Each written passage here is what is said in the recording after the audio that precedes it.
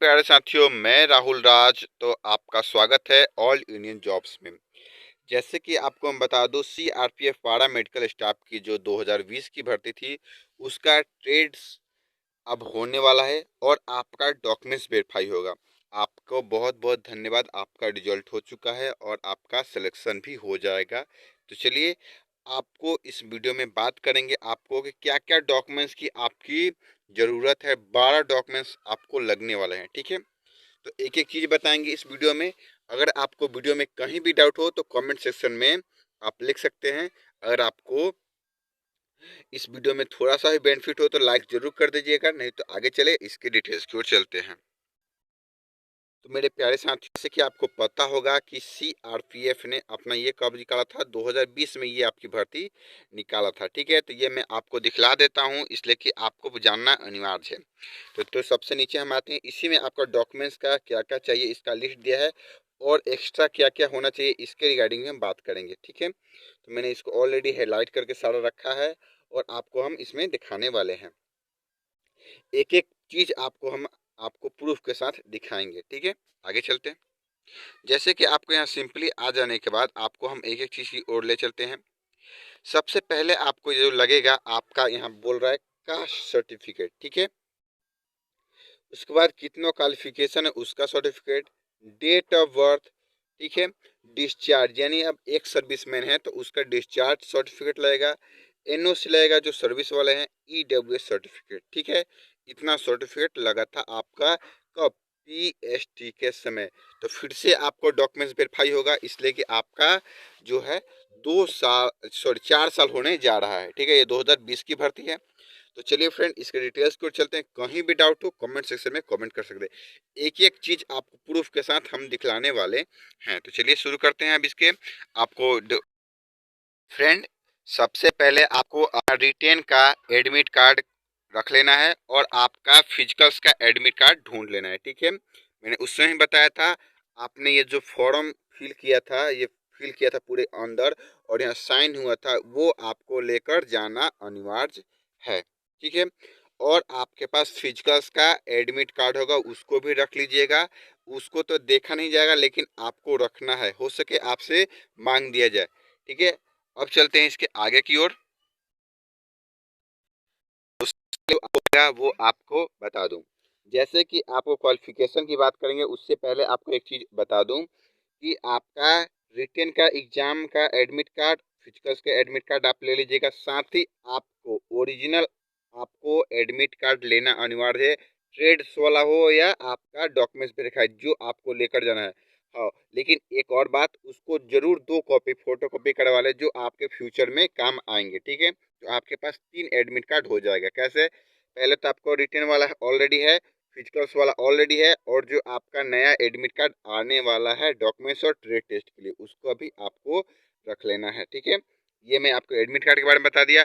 अब आगे चलते हैं। आपको 10th का मार्कशीट रखना है, ठीक है। अगर आप स्टेट बोर्ड से हो तो स्टेट बोर्ड्स वाला हो, अगर आप सीबीएसई वाले हो तो सीबीएसई का आपका सर्टिफिकेट और मार्कशीट दोनों होना अनिवार्य है, ठीक है। ये आपका डॉक्यूमेंट्स हो गया। एक एक चीज मैं डॉक्यूमेंट्स दिखला रहा हूँ, यूट्यूब पर आप खोज कर आ जाइएगा, ऐसा डिटेल्स में कोई बताने वाला नहीं है, आईडी प्रूफ के साथ, ठीक है।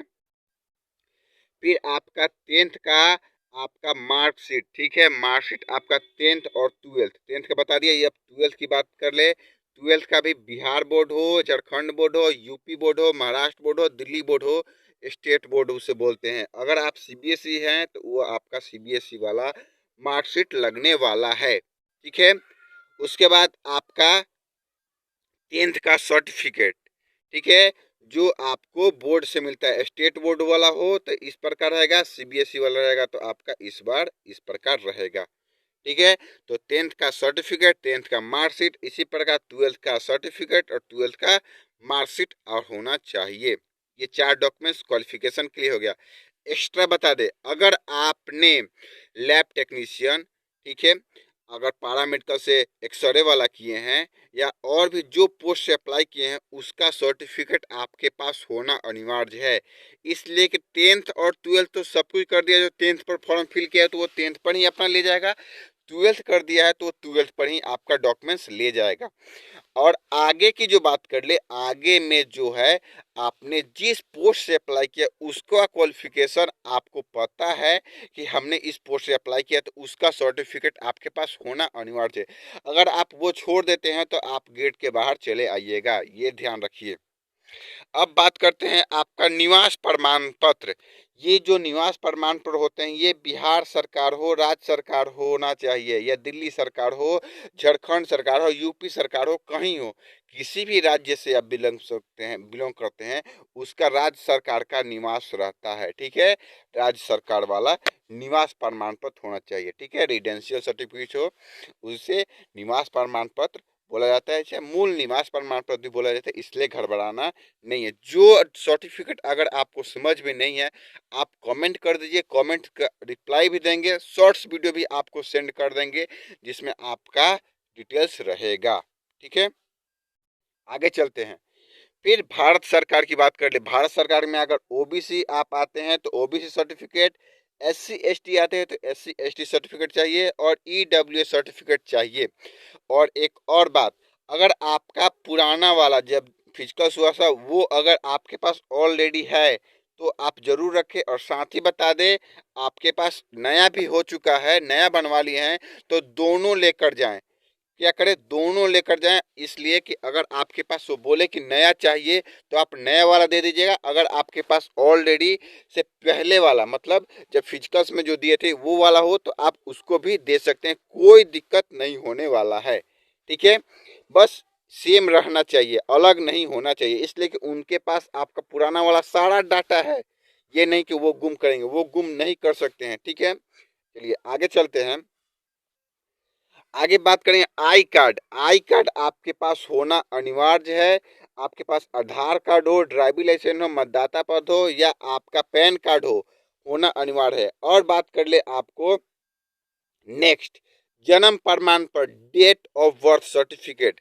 अगर आपके पास डेट ऑफ बर्थ सर्टिफिकेट है तो ठीक है, नहीं तो आपका 10th के सर्टिफिकेट को ही वो आपका बर्थ सर्टिफिकेट मान लेते हैं। ऐसा कुछ नहीं है, है तो ले जाइए, नहीं है तो कोई दिक्कत नहीं है, हड़बड़ाने की कोई दिक्कत नहीं है, इसलिए कि 10th का आपका सर्टिफिकेट भी आपका डेट ऑफ बर्थ रहता है। आप खोल कर देख सकते हैं, इंटर पर नहीं रहेगा, मतलब आपका 12th पर नहीं रहेगा, बीएससी किए हैं उस पर भी नहीं रहेगा, ओनली फॉर किस पर रहता है, 10th पर आपका रहता है।